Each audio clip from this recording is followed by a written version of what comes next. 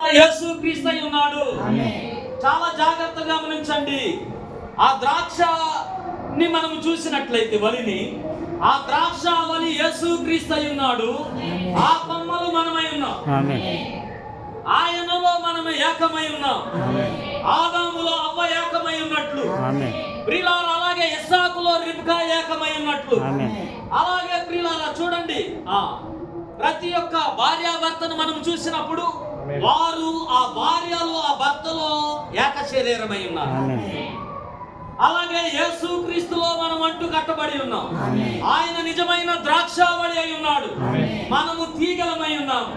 ద్రాక్షావళి ఫలించదు, తీగలు ఫలిస్తాయి. చెట్టు కాయలు కాయదు, కొమ్మలు కాయలు కాస్తాయి. అర్థమవుతుందన్నమాట.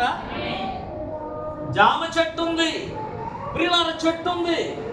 చెట్టు ప్రియులార చెట్టుకి కాయ రాదు, కొమ్మలకి వస్తుంది.